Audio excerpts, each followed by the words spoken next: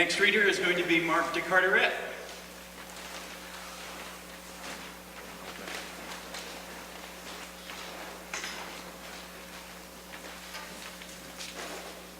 Hey everyone, thanks Bob and Mike for putting this together and hosting. Not an easy feat. This is an A.R. Ammons poem called Day. On a cold, late September morning, wider than sky-wide, discs of lit shale clouds skim the hills, crescents, chords of sunlight, now and then fracturing the long peripheries. The crow flies silent, on course but destinationless, floating. Hurry, hurry, the running light says, while anything remains. And this is a really old poem. It's probably about 25 years old. And the only reason I'm reading it is probably because it just managed to stick around this long and thematically fits in. It's called Industrial Park. Here, we're thankful for the sprinklers, listening for the rain as it lurches through pipe, and the grass they spray on every spring that smells exactly like packing material. We're thankful when they have started a new line for the easily ladled and the microwavable, when there's talk of an artificial pond and a bike rack, maybe even a trail entering into the woods. Thankful that I'm packing a snack in my shirt pocket and that my eyelids have stopped fluttering like a chloroformed butterfly. Thankful even for the squirrel booking across the clearing and disappearing beneath a rusted transformer. The shadow of each flag that's identical. Except for when the wind has arrived with its questions, like what exactly is meant by this break time, and how much longer can it be allowed to continue?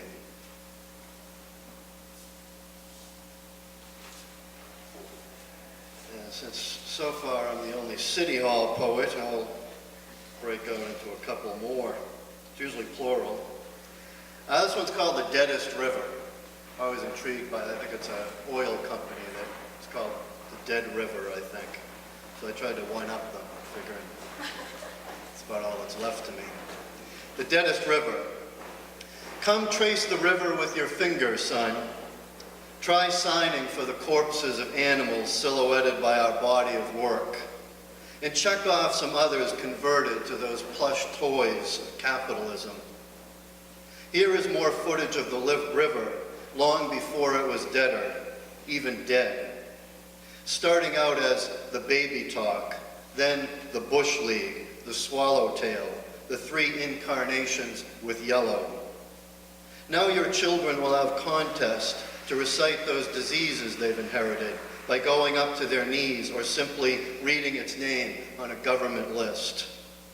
So let's block out the sun and we'll see about making out insects, their shadows, this most solemn of scripts on its surface. Listen for that sound like a sigh rising up from those things we have kept marking down, bruising black with expiration date ink. For gone is the rope swing returning us to parasol reverie, lemonade squints, as the dead river played at being something else. And gone are the dead river's commas, where the trees could slip in their own stories, before their leaves were all hung as apostates, and your grandfather swam for the cameras, right after returning this town to the map, with nail upon nail upon nail upon nail.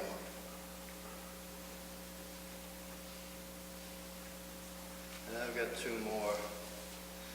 This one, there's been more talk. I remember reading, anytime I read those articles about all the birds they find at the bottom of cell phone towers and how much we don't care. There's been more talk. I stood shin deep in Warbler many times before this, a scrap of moon still visible like this printout of omens. The pricks figure in everything.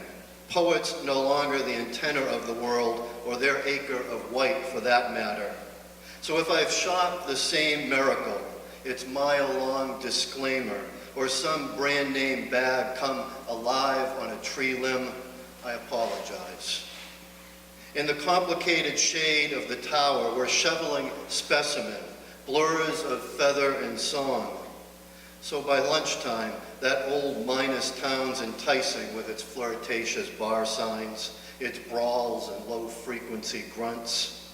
I'm listening for my own blood I pick up from somewhere behind me as I begin to make a pyre out of matches, shredded napkins, a phoenix to be snuffed out with a shot of whatever's cheapest. And this one's a little sort of prayer list called Saint Asterisk. You won't find him or her anywhere, I don't think, in your... Saint Asterisk, save us from staff parties. Saint Asterisk, save us from diseases of the eyes and ears. Saint Asterisk, save us from self-starters.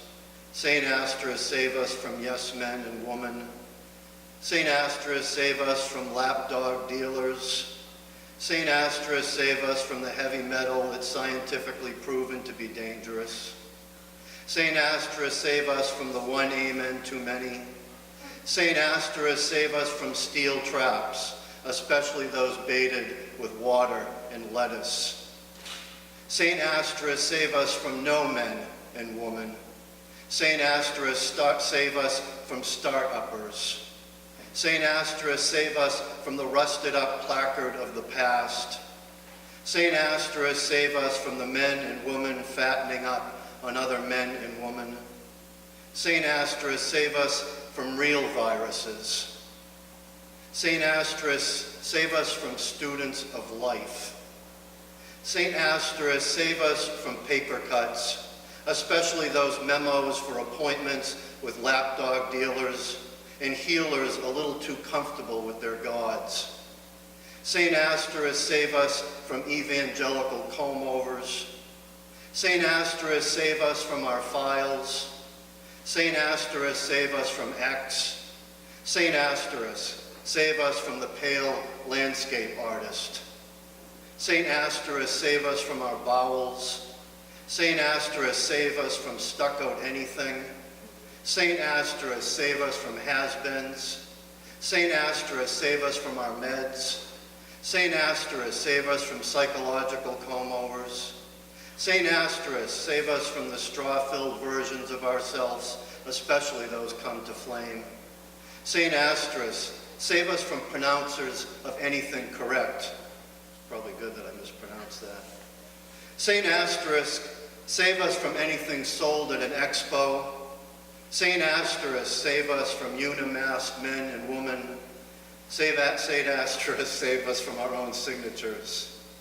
Saint Asterisk, save us from the tanned portrait painter. Saint Asterisk, save us from those much too willing to be unmasked men and women. Saint Asterisk, save us from the rusted-up placard of the future. Saint Asterisk, save us from wannabes. Saint Asterisk, save us from lifers of any kind. Saint Asterisk, save us from closure.